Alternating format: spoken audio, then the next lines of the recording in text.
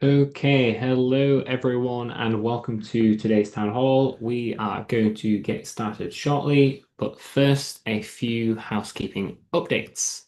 As always, we are live streaming and recording today's town hall, so if you get disconnected at any point or you want to watch it back later, you can do so at youtube.com/@hospitable. We'll start today's session with some updates from across the Hospitable team before we move on to some audience Q&A. As always, you are welcome to type your questions to the team throughout the sessions, but please try to keep them in the Q&A section at the bottom of your screen. That helps us keep an eye on everyone's questions. Questions in the chat can often get lost. Okay, we'll briefly pause on our usual disclaimer, and then we'll kick things off with a few updates about our recent travels. So to kick things off, a number of the Hospitable sales, product, and marketing team members have been on the road over the past couple of weeks at in-person events in Las Vegas. First up, we had BBCon 2025, which is BiggerPockets' annual conference on all things real estate investment. We saw a much stronger focus on STR and MTR content from speakers this year versus last year, and Hospitable got plenty of shout outs on stage for being the go-to property management software for scaling hosts. Thank you to all the Hospitable hosts that sang our praises on stage and came up in person to share their success stories. Super motivating for us as a team to hear the impact our work is doing. Next up, we had our own in-person masterclass where we helped Hospitable hosts get their Hospitable accounts and property listings optimized for success. We demoed lots of our new features in depth and shared real host strategies and success stories. Thank you to all the hosts who turned up for this full day session as well. We hope to run more of these sessions in 2026 in more locations, and we've discussed that with Airbnb and Booking.com and possibly securing their support to make sure that we can do even more locations next year. Finally, to cap off our Vegas residency, we sponsored and exhibited at VRMA International 2025. That's the Vacation Rental Management Association conference. Again, we connected with plenty of Hospitable hosts and partners. Thanks again to everyone that stopped by there and picked up their special host goodie bag. Derek also presented a session on the top 10 tips to boost revenue. You can check out the summary and his slides in the community at community.hospitable.com. It was great seeing so many people in real life, not just through a screen. I'm sure the whole conference team can agree, though, that it's a great time to finally be home and take a break from the bright lights of Vegas. Cool. So that's just kind of some updates from the past couple of weeks from the team on the road and meeting some people in person. But I'm going to now hand over to our director of support, Nuran, for today's larger topic. Nuran. Hi. So I will be giving an update about support and some of the things that we've been working on over the last few months. This is actually my first update in quite some time. I'll also be talking a lot about AI in support and what we're currently doing on that side and some future outlook. So for anyone who has questions about phone support, which I've been told is a very popular topic, you'll hear about that as well at the very end. So my last update was back in April in a town hall, and at the time we were not doing very well as a support team. These are some of the numbers that I shared back then as well. So I kind of gave an estimate of how much how much volume our support team had handled. Our CSAT, our customer satisfaction rate at the time was at like 78%, and this was largely driven by our first response times, which were very, very slow. People were very unhappy with us. We were receiving quite a bit of feedback around hiring more people. And so that was the theme of my update back then. Since then, we have worked pretty hard on a bunch of different factors that we felt were like really foundational in terms of trying to build a great support experience for our customers. The first one is, of course, the people one. That's the one that everyone kind of assumes is the easiest one. Everyone's always like, hey, you just need more people in support. And my point back then was actually we had a pretty sizable support team we had already been hiring. And so far this year, we have actually successfully hired and onboarded 13 people in total, which to give you an estimate is roughly doubling the size of the support team. Maybe a little bit less than doubling, but it's a very, very significant increase. But of course, hiring people is just one part. It takes a pretty significant amount of time for them to really learn the product, to understand the style of providing support that we want to go for. And so we invested a lot in training the people that we had on the team to ensure that they could actually deliver the type of experience that we're really aiming for and that we're trying to achieve. And then, of course, you need the processes and the tools that really support that. We redesigned our approach for support, specifically targeting real-time chat support. And so previously, a lot of our interactions were very kind of email heavy, as you can imagine, when you have a six hour and 30-minute first response time. And so it took quite an adjustment for our team to really start thinking more in terms of live chat and how do we respond to people when we're working with them live, and then the tools that are required for that. So our goal, and this was a goal that I shared back then as well, our goal was really to commit to 24/7 live chat for our customers. And so that requires a very different style of scheduling, very different levels of staffing, a much deeper awareness of exactly when we have peaks and when people can take breaks and things like that. And so that is very dependent on the tools that we're working with. So we worked on all of these, and thankfully, we did have an impact. So sharing the exact same metrics updated now for September, i.e. last month, we have pretty much the same amount of volume, although I'll be talking a little bit more about volume in a second.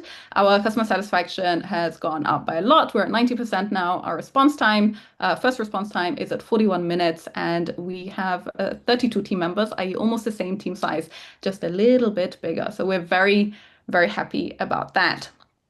But as you can tell, there is a little disclaimer there.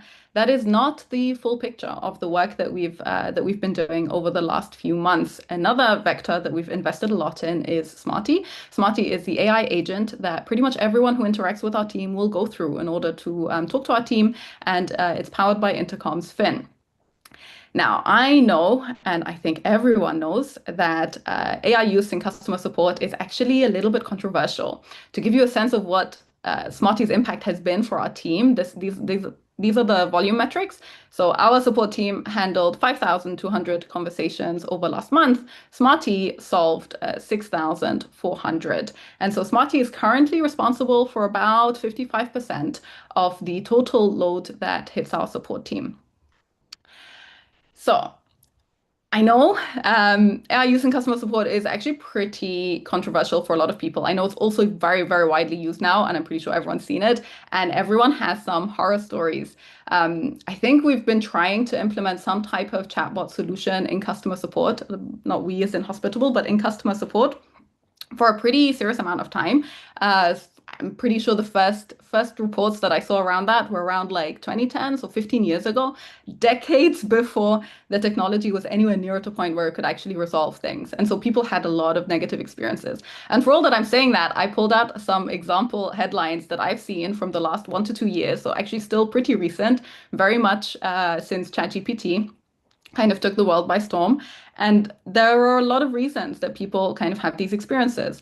Number one is most people treat AI as a cost-cutting measure. So they're really actively in it to reduce costs for the support team. There's a very heavy emphasis on deflection. So reducing the number of people who are able to get to your support team, which then means that the support team is hard to contact, which is of course very frustrating, high rate of hallucinations. And then despite the fact that hallucinations then technically kind of impact you, businesses kind of treat it as though it's not really their responsibility if their AI hallucinates, which is obviously not the case, and that leads to a massive reputation damage, of course, when it becomes really, really public. So I'm not going to make the claim that we are totally immune from all of this. However, we are really investing a lot in what I hope is a pretty different way. So for us, support as a whole and AI in particular are investments. And to give you a sense of like the actual cost implication of this, the total amount of money that we've been investing in support has increased dramatically over the course of the year.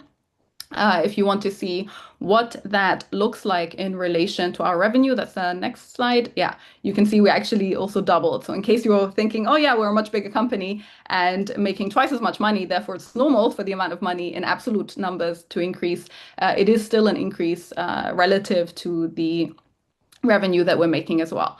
And so for us, it is an investment. It's an investment in the long-term growth of the business as well. There are three specific areas that I think AI is really uniquely placed to be able to help us with. The biggest one, of course, is the scalability one. And that's where I can talk a lot about the conversation volume. So actually, for all the numbers that the support team has been handling look relatively stable, our total conversation volume over the last year has doubled. And despite the fact that we're hiring a lot in the team and we're really trying to grow the team, it takes time for people to actually be trained and able to support our product at the quality level that we aim for. And so AI helps us close that gap and provide a much better experience while we're experiencing that rate of growth. It is also helping us um, target significantly faster resolutions. So one of the things that typically like really expands the resolution time that we have is that whenever someone asks a question and we don't get back to it straight away, and so they leave their computer and take off and do all the other important things that they need to get done, and our team has to come back to just collect information, this actually is one of the biggest factors that increases our resolution time by an insane amount.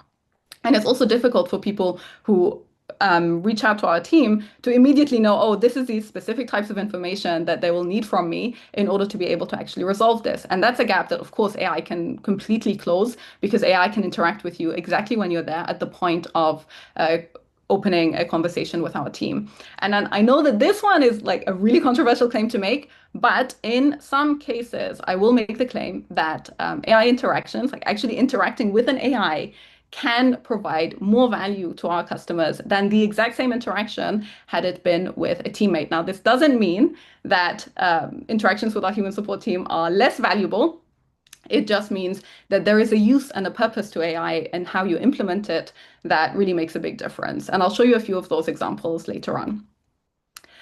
So this is kind of breaks down what we've actually done. We have invested a lot, but not just in terms of money, but in terms of time. And we've built like a specialized team with 2 engineers on it and an intercom consultant and experts from our team, from the support team, who are really responsible for training our AI, who are responsible for monitoring its responses and seeing how it's actually performing on a regular basis.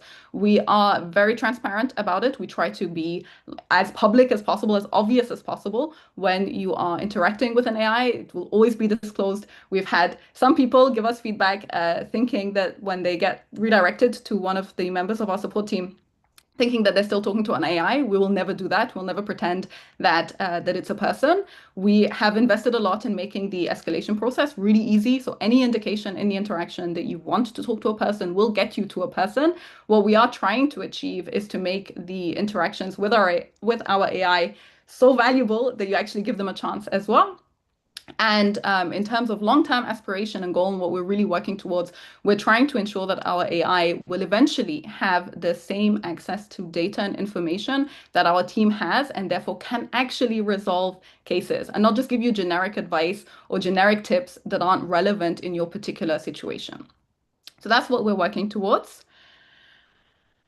Smarty, as of today, can provide personalized help with all of these different areas. And so, for example, if you have a payout that fails and you want to understand what happened, it can provide some information about that. If you want to troubleshoot a messaging rule, it can look into that specific messaging rule and tell you what happened in that case. It will always escalate, like I said, to our team if it's unable to help. It will answer any questions that you have about your subscription or your invoices or why you're paying certain amounts. It will answer anything about outages. If you've ever come across those, maybe in the last few days, it will provide actually like detailed information about what the outage is about, and it will always be able to match it up with the particular question that you have, so you know if you're impacted by that outage or not. So this is stuff that we are currently like this works right now as of today. We're of course working on expanding this.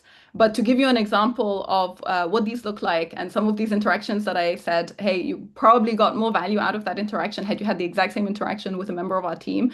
This is one that's actually just about a feature request. One of our customers was looking for different ways of bundling or packaging their pricing, and it was essentially not possible. And that's what they understood from their interaction with Smarty. And where Smarty would usually say, hey, you can add a feature request to our feedback portal. Here's a link for it.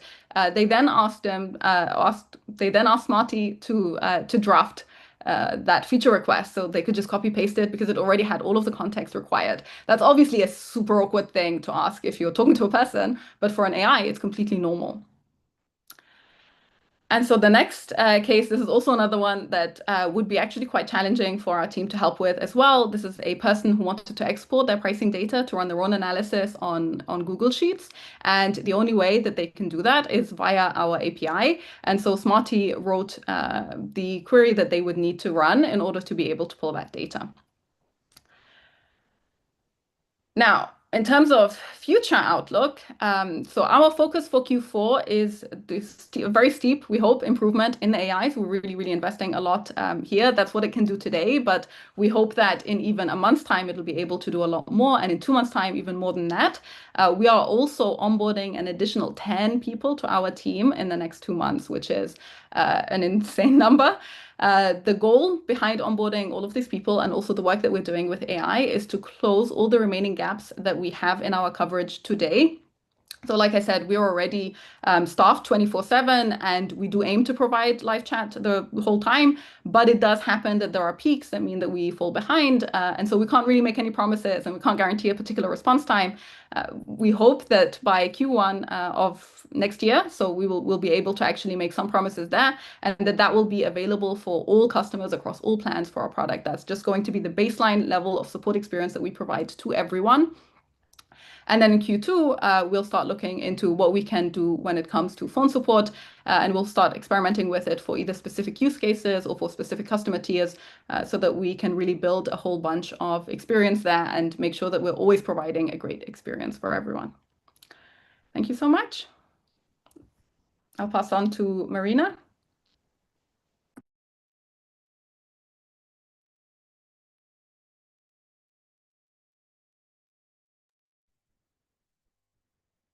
Maybe slight technical difficulties from Marina. Just wait a second to see if she can unmute.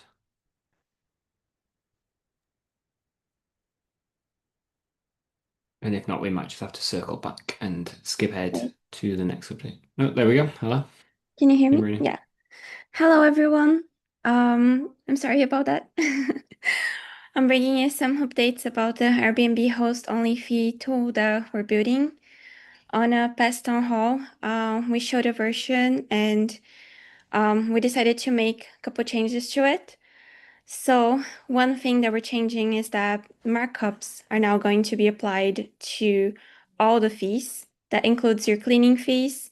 It includes your extra guest fees, all the fees that the Airbnb service fee will be applied to. Your markups will also be applied to in order to help you transition.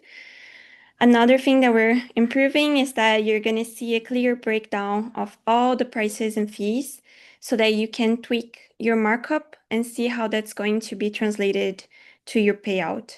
And then another update that we have is that if you're already on the host-only fee, well, your service fee is also changing. So we'll also be adjusting you so that your payout stays the same.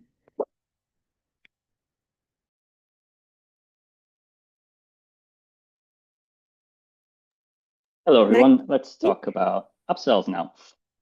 First, a refresher. For those of you either unaware of upsells or kind of have been following along behind the scenes, seeing like if it will be worth it at some point. So what are upsells? We make it trivial to offer stay enhancements, so upsells to your guests. You can easily set up your product catalog within the Hospitable guest experience section. Set up the prices, timing, and approval settings to your liking with just a few clicks. After that, automatically share a link to the guest portal in your messaging rules with our handy shortcodes. Guests can also discover upsells naturally if they reach the bookings guest portal and need to sign an agreement or complete a security deposit. And upsells are available across all booking sources. So that means whether you're hosting on Airbnb, Vrbo, Booking.com, Agoda, or Direct, upsells will be available to your guests. This even includes bookings that are manually created in the calendar or come in through our iCal import feature. We have had hosts successfully selling upsells on both, actually. We're working hard to improve upsells and the guest portal for the remainder of the year. So this is a great time to get started if you haven't already. And speaking of getting started, we now make it easy for you to set up common upsells with one click. We've looked at the most popular upsells that our hosts have had success with, and we now provide templates that you can use to immediately add those to your upsell product catalog. This may also give you new ideas for what you can offer to your guests beyond just early check-in. Many of your guests would love to enhance their stay. Also for these one-click templates and for the default check-in and late checkout upsells, we have photos and descriptions ready to go for you so that the guest portal experience is great from the start. Next, let's talk about some recent improvements to upsells. First, a small reminder that we recently released upsell requests, otherwise known as approvals.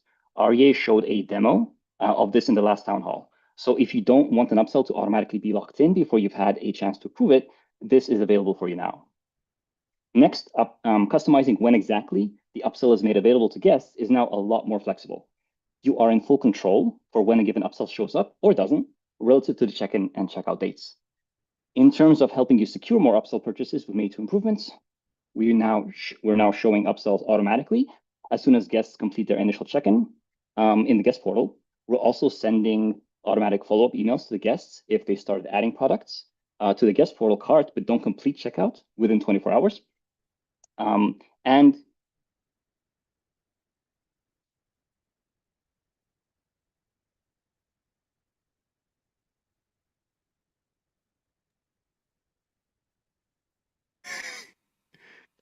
Some more technical difficulties. What's happening? No, I'm back. Okay. And we never left. Yep. And yeah, we also send cart abandonment emails to your guests if they don't complete their checkout within 24 hours. This is similar to what we do for direct bookings. So, like I said, we have a lot more in the pipeline. Stay tuned for the coming town halls for the rest of the year. We have a lot more coming up for upsells and the guest portal in general. We'd love to have your feedback and let us know if you get started. Next up is Andrew to talk about Mogul. Cool. Yeah, I'm going to talk about the last 3 different sections of product updates. It's not going to take a lot of time. So it looks like we're actually going to have a lot of time for Q&A today. I am seeing some questions in the chat. So go ahead and raise your hand and start getting ready for a really nice Q&A session. There are some big topics. We talked about host-only fee. I saw a question about what is that. We can talk about that more in Q&A, how to set up upsells, whatever questions you have. I think we'll have time tonight. So let's finish it off with some product updates. On the Mogul side, Emily is not here. She sends her apologies. I am her replacement for now. Owner payouts are coming very, very soon. We're ready to start a pilot. So if you would like to sign up to automate the payouts to your owners, if that's the configuration you do, we're not doing statements yet. We're doing the payouts. So this is going to be participants that can set up their statements now for October. We'll be able to pay out in November. So if you sign up for the pilot, we will get your October payouts done in a nice, easy bank transfer. So go ahead and sign up if you can on the QR code, and it's going to be some nice, exciting features. Moving on, we're going to talk about smart devices. 2 updates here. One of them is about Nest, but not that Nest. It's Key Nest. We are launching soon a new type of property access integration for us. It's not a smart lock. It is a key locker for physical keys. Still calling it, and you're still putting it in the smart devices section. But for those of you not familiar, this is a big deal in Europe, starting to grow in the US. Key Nest has, I think, over 7,000 different pickup points globally. I looked for the US. There's like a handful in LA now. There's a dozen in New York City where short-term rentals are banned, by the way. But they are growing outside of Europe. This integration, we are going to be able to generate, instead of a smart lock code, a code for the locker, as well as a magic link to help people get to the locker, open it, and get their key, and then they return the key to that locker. So for whatever reason you are not able to do smart locks, this is a nice alternative. And again, this is going to be mainly for our European hosts and other geographies. But yeah, looking forward to that. That's an exciting new smart device integration for us. Other one, just a quick mention. I think some of you have heard the news in various forums. Airbnb is starting to do basically disposable numbers. They're masking the phone numbers from the guests, so we don't get the real number anymore. We do, however, still get the last 4 digits of the real number, which a lot of you are using in your smart lock codes. So if you've set up your locks in Hospitable to use the guest phone number, and as long as your code is not longer than 4 digits, we can still deliver that same experience for Airbnb guests despite the disposable numbers. So it's going to work for the smart lock code, short code. If you're using that, that is what we recommend for smart locks. If you're also using the guest phone last 4 short code, maybe somewhere else in your messaging rules, That still works with Airbnb too. We just had to do a little bit of a change in the way that happens to make sure we weren't using those disposable numbers, which obviously your guest would not recognize. So good news there. Moving on, last section for me, I'm going to pass to community and events to finish this off. Apps. Our Zapier app is now what we're calling version 1.2. And what that brings is some more capabilities for you by giving you more data. So any of you that have set up kind of your own workflows using Zapier, if you don't know what I'm talking about, maybe go to help.hospitable.com and search Zapier. We've got some guides to help you get set up. But 3 different topics now have a lot more fields. So reservation fields, you're now going to get a smart lock code. If you want to do some interesting automations there with your smart locks, that's now possible. On the property side, there are a lot more fields, too many to list, but things like your space overview, your guest access, your house manual, your additional rules, etc. Those are now all available in the new Zap integration or the latest update from us. And then, the message fields, you're getting a few fields like your source and your reactions and more there. So good news, if you've already done that, you now have more capabilities with Zaps. And with that, I will pass to Miles, who's going to give us some updates on community. Cool. Thank you very much, Andrew. Yeah, so a quick update on community on behalf of Petra, who is still making her way back from Las Vegas. So tomorrow we will have our next edition of the Insider in the Hospitable host community at community.hospitable.com. This edition will feature guidebook provider TouchState, and you can ask them anything about their product, their integrations with Hospitable, or ways to improve your guest experience in general. This is an Ask Me Anything style discussion, so simply drop your question in the Insider community thread, and Emma Cole at TouchState will reply to you with a comment or a short video response tomorrow from 12 p.m. Eastern. So scan the QR code or head to hsptb.com/insider to start asking your questions now. You can get your questions in there now and we'll start answering them tomorrow. And then finally, just one more event. Obviously, we will have our usual town hall again in 2 weeks' time. This is the fun time of year where different countries, states, provinces, territories start changing clocks on different dates, though. So please make sure to have the right time by scanning the QR code or heading to the link and adding it to your calendar now. If you don't do so, you might get a little lost and confused on what it is, depending on which time zone you are in. So yeah, please go ahead and add our town halls to your calendar so you can make sure you can tune in for our next updates. And then just one more thing from me is our usual important links. If we have missed anything today and you would like to go and find out more information, submit some feedback, join the community, those are the important links that you need to go to. Obviously, you'll see that one of the links is Invest in Hospitable, which PC is going to do a quick little update on for us next. Pierre. Hello, everybody. Just before the Q&A, so you can start raising your hands. It seems like we're going to have plenty of time to finally answer some of your most important and eager questions. I'm doing that at the end of the segment based on feedback from last time, but just one reminder of our ongoing effort to have you own a stake of Hospitable. Now, our host token was at $9.43 2 weeks ago on the last town hall. Now it's at $9.79 just after our latest investments reconcile even today. That is up 25% since the beginning of the year. And there's a lot of catching up to do as the token will be, or the investment valuation will be at $250 million then in April, which means that you can still invest today with a discount. Could you talk about investment at a discount, but of a discount of 80% compared with the real business valuation that we believe is Hospitable is worth today for $22 million plus annual run rate business. We did have some press in the past 2 weeks as we passed $1.5 million. We have now actually passed 1.8. So there's going to be a lot of press coverage over time. I think we're going to reach a point of saturation. And we would love to pass $2 million total raised by the end of October. That's a bit of a tentative goal, but there is basically your cue to knowing that this opportunity still exists and is still very severely underpriced. If you're new to this, rather than raising from venture capital or private equity firms, we'd rather have our own customers that actually are the smartest industry experts to be owning a stake of Hospitable. That will in turn help us remaining independent with a long-term view and lead the way in innovation, something that I understand some competitors pass by our booth at VRMA to compliment us on. And so if that's of interest to you and you'd rather own a stake of your property management software rather than an industry outsider, go join on invest.hospitable.com and you can start your process to be approved as an investor. That's it. That's the news from on the host token. And now we can start onto the Q&A.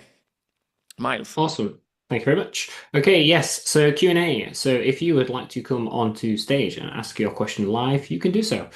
Please go down to the react button at the bottom of your screen and click the raise hand emoji, and then we can see that you want to ask a question, and I will invite you on stage. First off, we have Alexis. Hello, Alexis, inviting you on stage. Hello, team. Can you hear me? Yes, we can hear you. Hi, everyone. Thank you very much for the town hall today. Quick question about the guest portal. With these changes on Airbnb deciding to move into disposable numbers, and we've experienced this already with disposable emails from Booking.com for forever. Wondering if there's any plans to enable the guest portal in a way that we can collect these phone numbers and emails from our guests by driving them, after check-in to provide us that information through the guest portal, and then storing that as part of the reservation information in Hospitable. Short answer, yes. Longer answer, in a compliant manner. This is coming. I think you'll have an update by next town hall, basically. Yeah. Okay, in a compliant manner, you mean that as in we cannot simply collect all possible information from a guest and share it wherever anyone wants. This is private information, and there has to be an opt-out mechanism for a guest to not want to share, for example, their email for marketing purposes and so on. That is what I'm referring to in terms of compliance. Of course, in terms of compliance with the guest, but we're not, we are allowed to request the phone number of a customer, of a guest, if we need to contact them for service purposes. I don't think that's against the... No, that is exactly the correct point, yeah. When there is a clear reason to contact them, yes, this is fully in compliance, yeah. But yeah, to answer your question, yes, this is coming. Yeah. Thank you. Super. Awesome. Thank you very much, Alexis. Okay, moving on. I don't know how to pronounce this, so I'm going to spell it out. Welcome on stage, SNLeth. SNLF. It's basically Ethereum, but for SNL. You don't know that, Mike? The team. Hello, how can we help you today? And now the joke drops.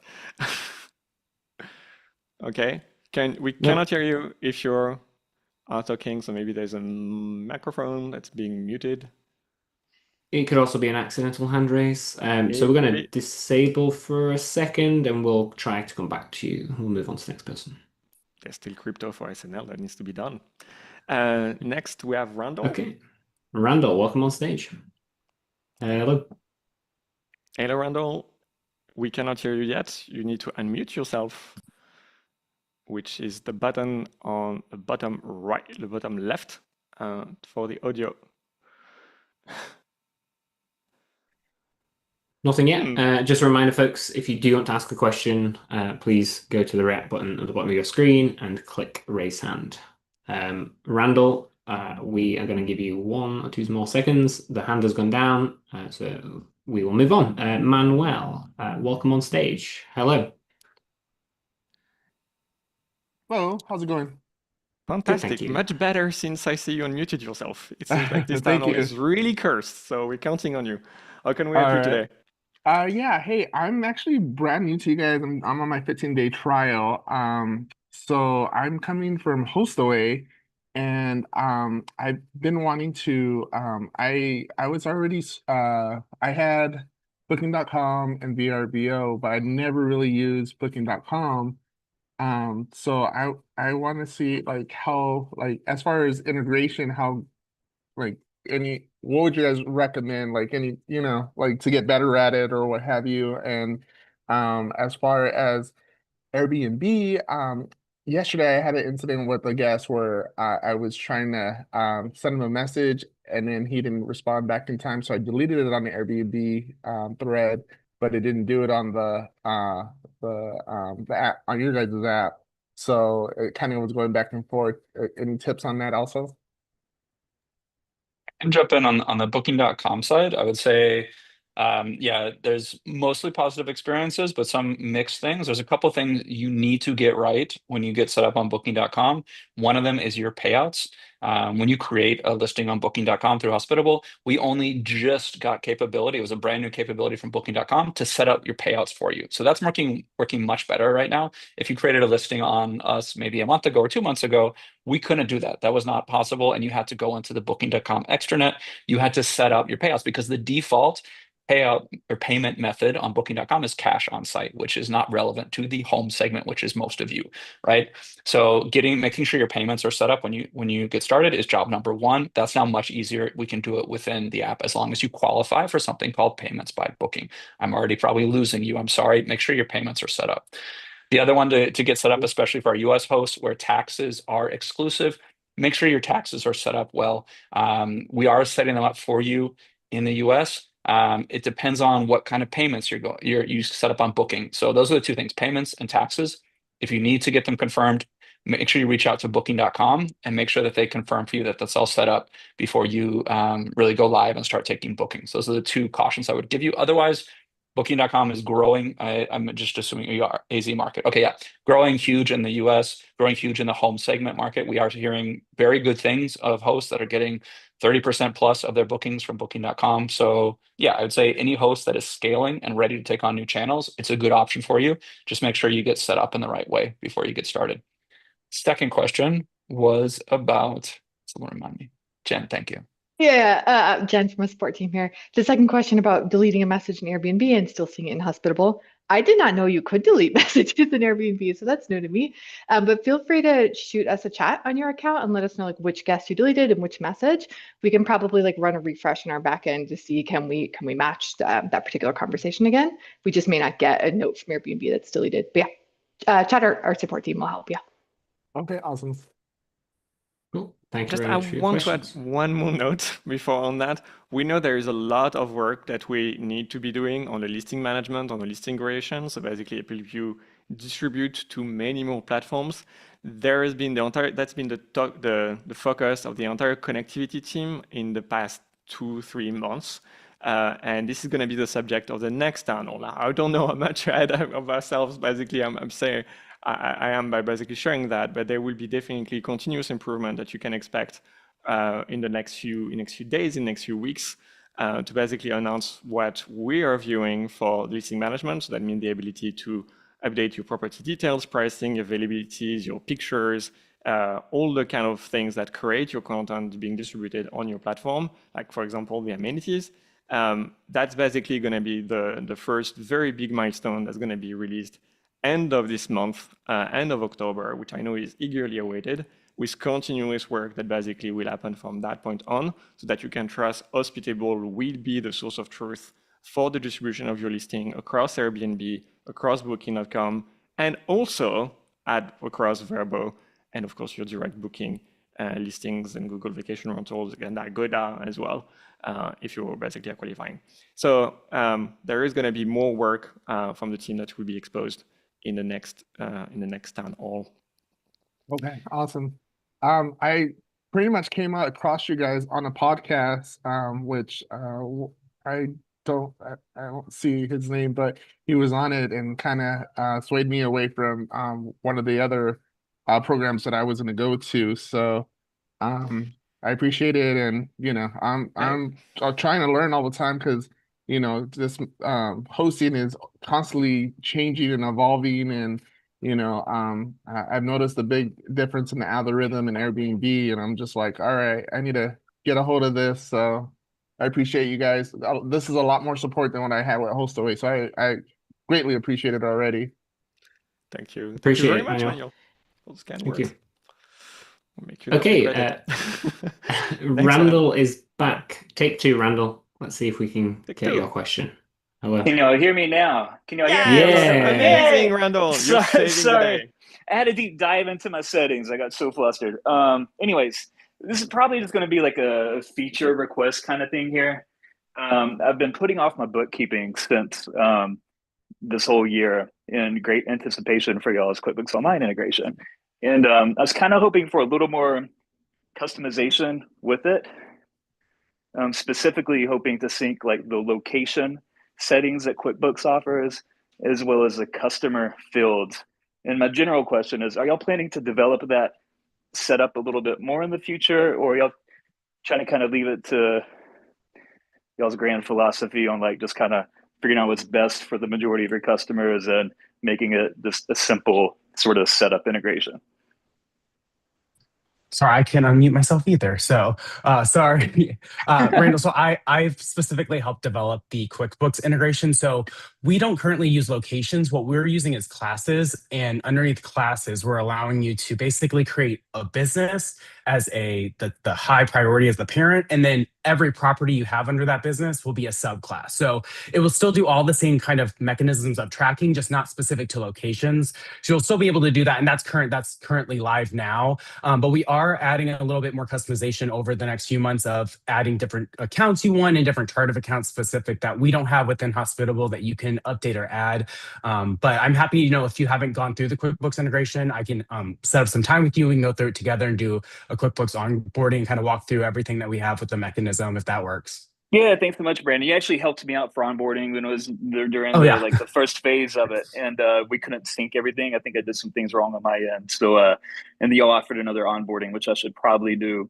One question though, on my setup, I really love using what I just found when trying to resync it, and I can get around the location settings and all of that. However, I like to use cost of goods sold over expenses because, like, when I pull my reports, like certain expenses like under cost of goods sold, so I could see that net, and then like I have certain things under expenses like investor like contributions to be another net, so I can kind of see like how the property is performing by itself, and then other kind of more general expenses as another net income. But I think I just learned I don't think I can sync y'all's classes to my chart of goods accounts. The integration is not finding it. It seems to only be finding stuff under the expense category. Does that make sense? Is that how it's supposed to be? Or should I be able to have my cost of goods sold in there as well? Yeah, so we separated where basically everything was segregated specifically to an expense rather than just the cost of goods sold, because a lot of users were throwing basically every account into that. So we wanted to separate so there was a little bit more alignment there. But if you reach out to me, I know that we've had Danny in the background like helping assist with another customer that did the same with the cost of goods sold. So we can kind of adjust it so we can get your expenses tied. So it would still allow it, and then it would be able to track it that way as well. So you already have your chart of accounts. We don't want you to have to go back in and do it all over again. So. Cool. All right. I don't want to waste too much time here. Thanks for the help. And I'll reach out for an onboarding call probably here soon to maybe see how you can help me out some more. Thanks so much. Oh. Fantastic. And in case you're new, Brandon is our accountant in residence. He's actually helping in a very beautiful way on the finance of Hospitable, but his main job is actually to be talking to customers. Has the customer himself since 2019. So that doesn't age me particularly. But yeah, fantastic to have an accountant directly coaching the product and making sure everything is working fantastically for this QuickBooks integration. Thank you. Okay, next caller on the line, Pedram, welcoming you on stage. Hello. Hello, guys. Do you hear me? Fantastic. Yeah. How can we help you today? Okay. Hello from Düsseldorf, Germany. I have a question. Are you guys planning to build like kind of an app market where other developers can build on your platform? I'm specifically asking because we kind of built on top of your webhooks, and we built our own custom guest portal with integrated invoice features for the guests to download it. Is it something you plan in some new future so we can also offer it to other Hospitable guests, this kind of function? We have a growing app marketplace within the product where more and more vendors sign up to offer their services. So do reach out. I actually don't know where. Support, maybe? I actually don't know the email. Somebody will help me out here. But you can, yes, go through the process of being kind of onboarded and approved to have your particular vendor app within our own internal marketplace. Oh, I didn't know that. That's great. Thanks so much for the info. Yeah, exactly. You can. Oh, sorry, Jen, Jen wanted to do something. Oh, I was just going to say, if anyone's interested in that, reach out to support. We'll redirect you to our platform team to get you in talks. So yeah, just reach out to support. Thank you. That was actually a lot better than what I had to say. Thank you, Jen. Okay. Thank you very much. Oh, next up, we have Josh. Welcome on stage, Josh. Hello, Josh. How can we help you Hello, today? sir. Hey, everybody. How we doing today? Doing all right. What All about right. you? Well, I think this is awesome. I love these town halls. So I'm just kind of new to the space too. One summer into it, just one listing. But kind of following up on something you talked about earlier, being able to reach the customer directly. I had an issue it was a maintenance issue, and the good thing is it was not a water leak, but it was a condensation problem from excess air conditioning. We're right by the lake. But Airbnb would not let us share pictures. More importantly, the renter could not send me pictures. So we slowly and phonetically spelled our email address to the company to share pictures. Good news, it was a small little thing. My uncle came over there. Is there any way, as you integrate the ability to communicate through Hospitable to VRBO, Airbnb book customers, directly and share pictures? Yeah, I think the connection, we're not lucky on the connection. So I think what you're asking, if there is a way as Hospitable, as a property management software, to basically, at minimum, find a way to exchange pictures between hosts and guests. Is that that's the spirit of your question, Josh? Correct. Yes. Okay. So that's basic. I mean, you've received plenty of emails this year from platform about basically changes in the behavior and the relationship between host and guest. There are things that we can do, and so that's, for example, what Nick earlier alluded to with the check-in form that allows us to collect personal information from the guest, like the email address and the phone number, while the guest is giving permission to be using that personal information to be made available to the guest, to be made available to the host, for that host to be reaching directly, which is something that you cannot force the guest to be doing. But if basically there is a case that the guest can communicate their private information, that's totally fine. It's just difficult for the host to be requiring it in this way. So I think there is going to be a path for you if the guest is willing to share their personal information to then secure that access. That's something that will be made available on the guest portal. So you will be hearing that in upcoming town halls.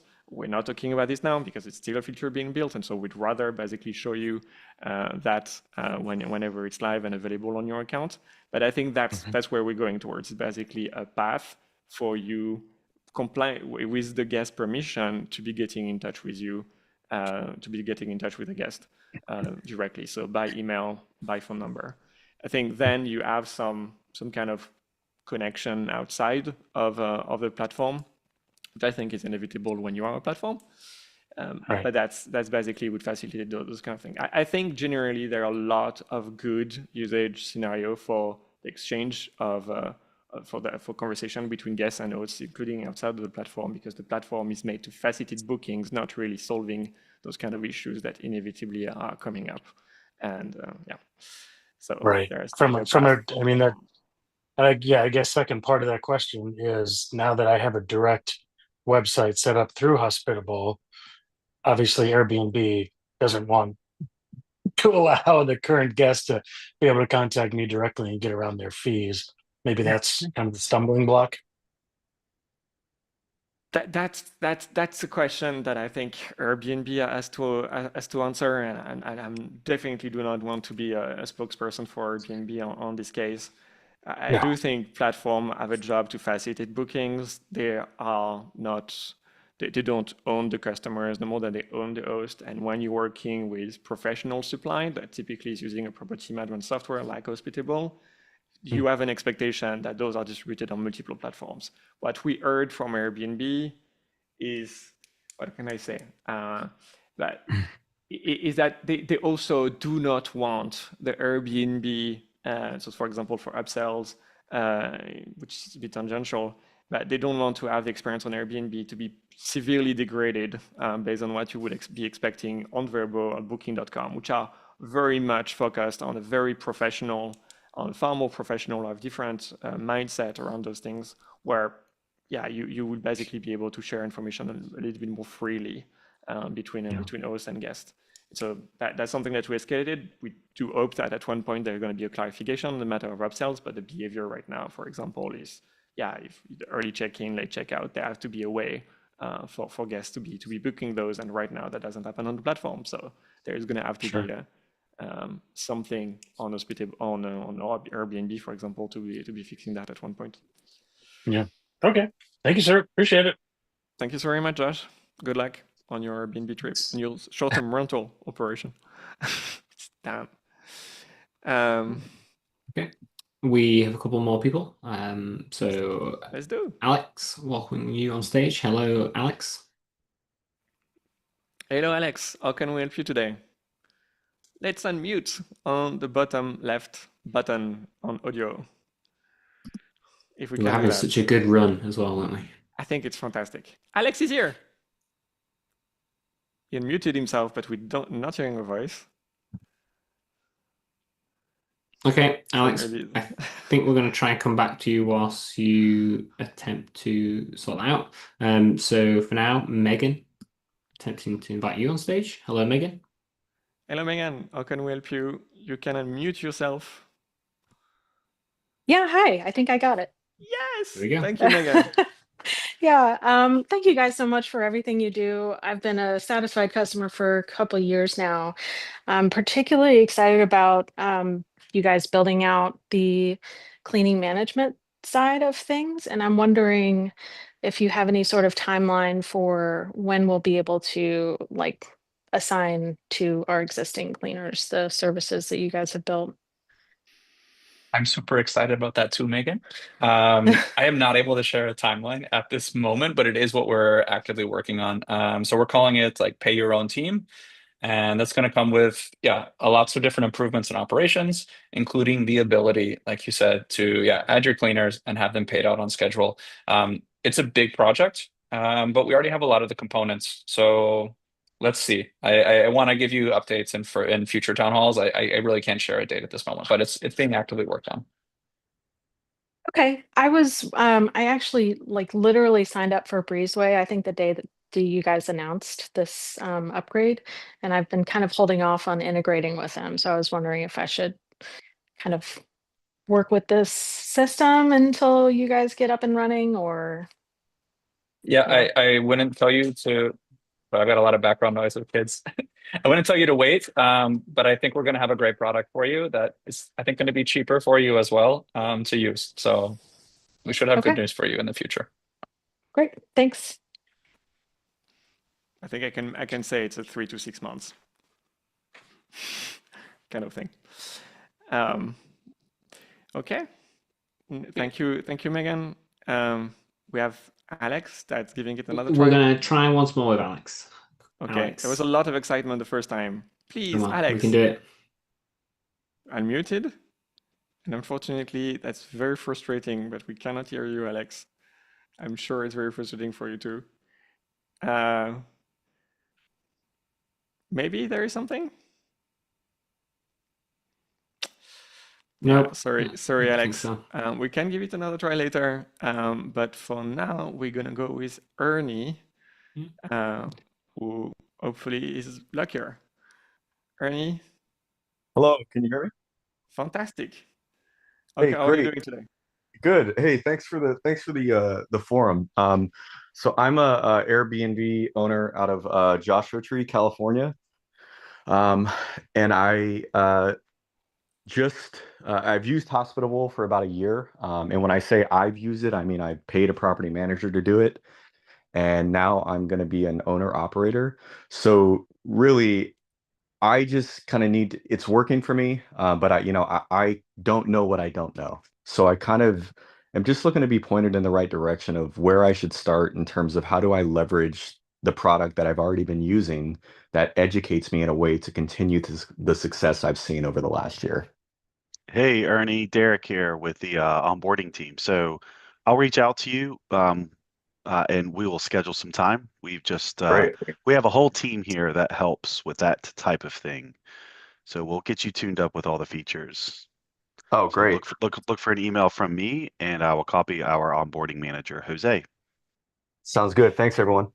And since you basically, I think Derek was talking about it just before the town hall starts. So I think we can communicate your email. So basically, Derek will be able to forward to anybody else. So you can send an email. We're gonna mail bomb Derek right now, which is All right, probably cool. the dream. But basically, derek.jones@hospitable.com. And Derek will basically forward that over to the onboarding team. If you want to have an orientation session, which is a 30-minute session for onboarding, that one is free, but a bit lower in priority compared to our paid offering, which can also help existing users that need a bit of a refresh. So that's what we're calling the rapid refresh. And Vera also shows up. So basically, I'm feeling heavily monitored right now. But we can have an orientation session. We can have a rapid refresh so that you get some time. But Vera definitely wants to complement that nicely. Vera? Ernie, I am Snoopy as always am. So I did dig up some details on our side. You do have a call booked with our team on the 20th. If you want, I can reach out to book that call a bit sooner so we can get you started. Derek is already getting email bombed, so Yeah. might as well help you out with this one. Yeah, please. I mean, I have about a 90 to 95% calendar rate, and I don't want to be behind the curve of making sure this works. And it'll be the paid. My property manager was doing this for me, and I know she had a paid subscription with you all. So I'm just looking to be able to kind of seamlessly pick up, the success that she's already proven with your site. So Absolutely. I will reach out in 5 minutes. Okay. okay. Thank you. Sounds Appreciate good. it. Hey, Vera, dumb question. We have other people in chat asking how to do that setup themselves. How do they do that? Hi, Jen. Sorry, other people in chat. How do they do what, Jen? I was about to go into HubSpot. How do they book an onboarding call? You can go into your settings and to your plan page, and you will be able to see a big button that says schedule an onboarding. And that's essentially it. That's all you need to do. And you will see all the calendar availability and so on. So you can just book yourselves in. And I'll just layer on the multi-layered cake already. As Pierre mentioned, we have a free orientation, which is 30 minutes. That's for existing customers. It is not a support escalation. That team cannot help troubleshoot technical issues. It is for if you just want to catch up on all the products, you have one or two things you need some training on. That's what that team is for. Then we have the paid rapid refresh, which is $500. It is 3 hours of live calls. It's to go deep. It's particularly popular for people who have parted ways with their property manager and are now managing and they want to learn the product. And we will set up however many calls, whether it's 1 3-hour call or 3 1-hour calls for the rapid refresh. That is the paid option. So those links are in the product. I'm already getting emailed as well. So you can either method is plenty fine. Thank you. Thank you, Derek. Fantastic. And Vera, too. Okay, we're at time. Can we take one question, Miles? We can squeeze one more in. Just the one. Just the one. Top of the queue, we have Dell. Hello, Dell. Welcoming you on stage. Hello. How can we help you today? If you can unmute yourself. I know, please, let's not end there. We cannot hear you. The day for technical issues. I'm sorry that weird we cannot hear you now. So okay, I'm sorry. We're gonna end it here. I think this is a fantastic end to a tunnel. Yeah, that's what happened when there is also more Q&A time. It's basically forget to unmute yourself. Sorry for the people that were on stage and we could not get, unfortunately. Just know you can always send a message to the team on support@hospitable.com if you have any particular issue or particular feedback. So no point in being shy. You can share that there and it will receive exactly more even attention than just the people showing up on that call. So we're going to meet, as you've heard from me, in 2 weeks from now, and the subject is going to be listing management. That we're going to show maybe something on listing creation. There's going to be, in any case, a lot of work that's going to continue on this particular field with the upcoming months. I think this is an area that we didn't do really well for a long time. Now that we are a PMS, a leading one, we want to show what an AI first, very pleasing and very satisfying experience can be for managing all the attributes of your listing and obviously create it in record time. What you've heard from today was specific from Nuran, our amazing director of support, who has been a lot to ensure that your conversations are being resolved a lot faster. One of the insights that I don't think she shared during that call, but it's also during that presentation, is the fact that the number of conversations is also increasing so damn fast, also because people feel a lot more comfortable talking to an AI because they are not being, they don't have a feeling of disturbing anybody and they can ask questions. And basically, ChatGPT doesn't judge and neither does Smarty. And so you get to uncover a lot more about Hospitable than you would probably feel comfortable asking to a human. Obviously, we have a fantastic human component. So as Vera said, if you want to get retrained on Hospitable, you can go into your settings and schedule a call for a rapid refresh or rapid orientation. And that basically will get you some time with full humans to answer all your questions and training you on how to do things. Also building from the experience that we have in person with those in-person workshops. Please stay connected with Hospitable because obviously the next few weeks are going to be busy with the next deadline being October 27th. You will receive more updates from us, especially for everyone that is impacted by the host-only fee migration. So hosts that used to be charged 3% commission. This is now going to change to 15.5. This is not an increase. What's changing actually is that the price that you used to set was a price where Airbnb was adding its service fees. Now you actually are setting the price the guest pays, and this is going to be a price that's inclusive of fees. So we want to help you on the migration, so making sure that there is no error in the calculation and giving you full visibility and transparency into this important change. We're also, I think at this point, the only PMS that's deciding that this is going to be on an opt-out basis, which means we will mark up your prices, even if you're not taking any action. We want to avoid a price shock where hosts will see their income from Airbnb get reduced by 15%. We believe we have an obligation to your bottom line, and that means making sure you get paid at least the same. You will be able to update your markup in the next few days, in the next few hours, whenever that tool is going to be live. And yeah, so we're going to be there, and it's fantastic timing with everything to do with listing management. So that's a very important one to join us next week. See you. Have a fantastic evening from Brussels.